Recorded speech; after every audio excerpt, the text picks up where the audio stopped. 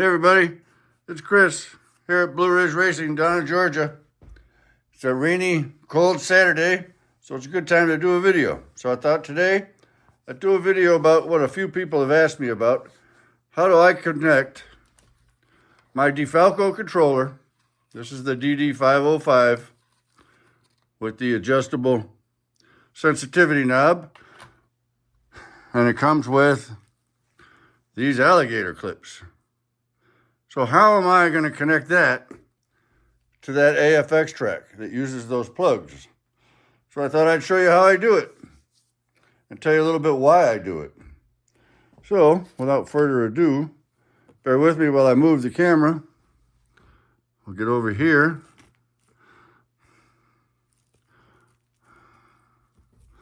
Move this around. Tilt it a little bit so I can zoom in. There we go. I think that shows everything. Okay, so we'll get started. I went and I made these little blocks right here. And all I did was just cut a piece of wood. There's some of the wood I used around here to raise up the bridge support so I could get the Pro Tinker trucks underneath it.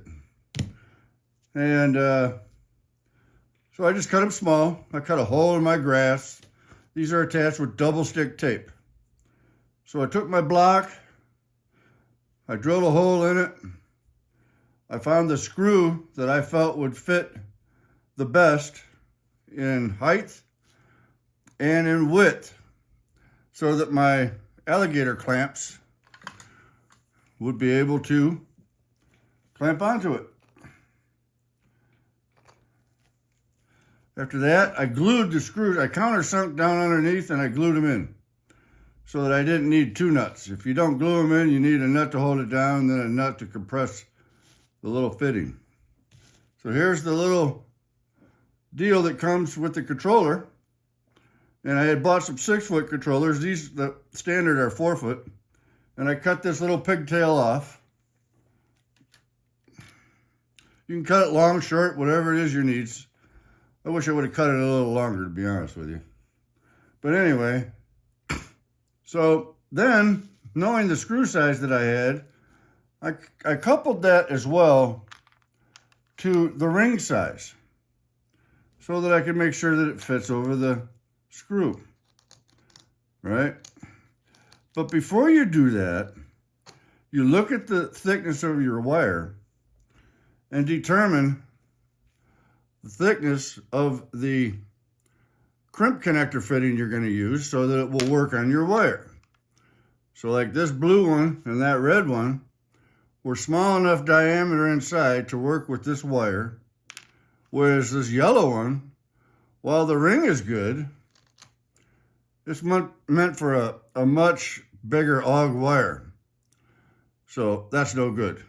So once I developed that, then I could select with screws, and I just go, and I don't throw any screws away with anything I get.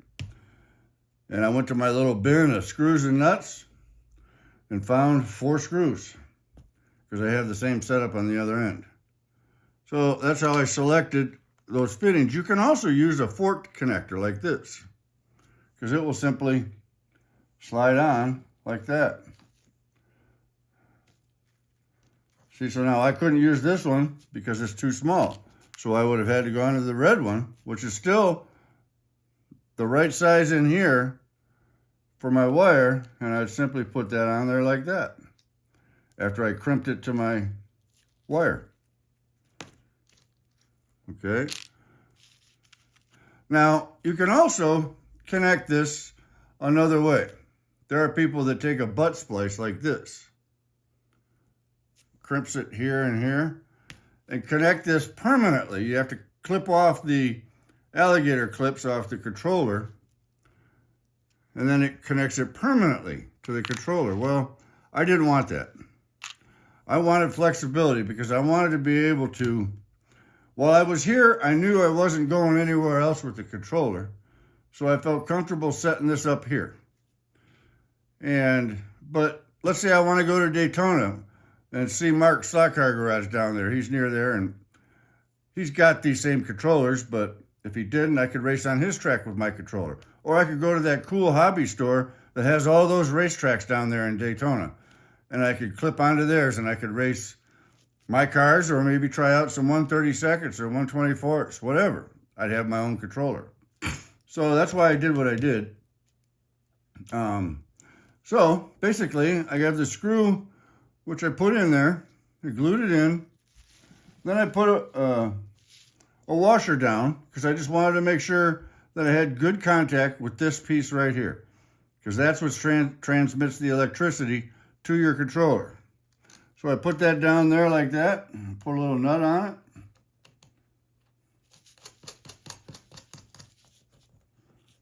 Hand tighten it. A couple extra turns with that pliers, and it's secure. It's not going anywhere, nowhere at all. Then I take this and I plug it into the track. So as you'll notice, I made the exact right length for mine. But what you do is up to you, based upon your track and where you're putting it.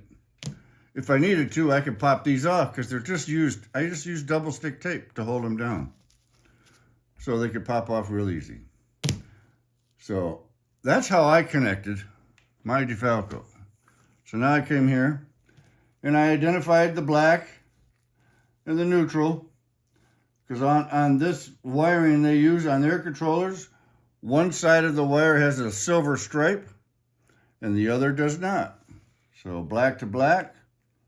You can put your alligator clips like that, or as I like to do, like this. And now I have my DiFalco controller connected up.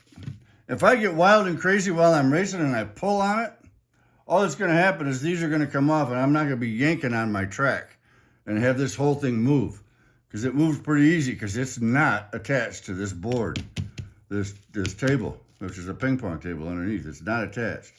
It's a highly movable track. So that's kind of why I did that. Now let's test it and make sure it works. I'll put here.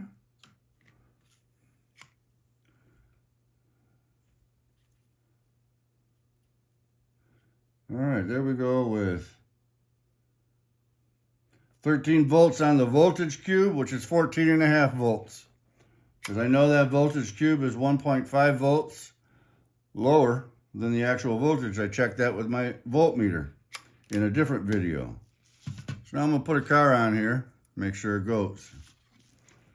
Here's an old G Plus car. I haven't run this car in forever.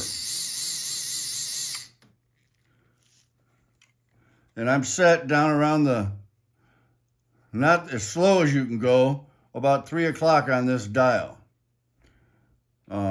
Which I figure is close to 30 ohms equivalent. So, car runs. Everything's going in the right direction. No issues. This is a great little car. I haven't run this in forever. Kind of quiet. Thought it'd be louder with how it sounded when I warmed it up.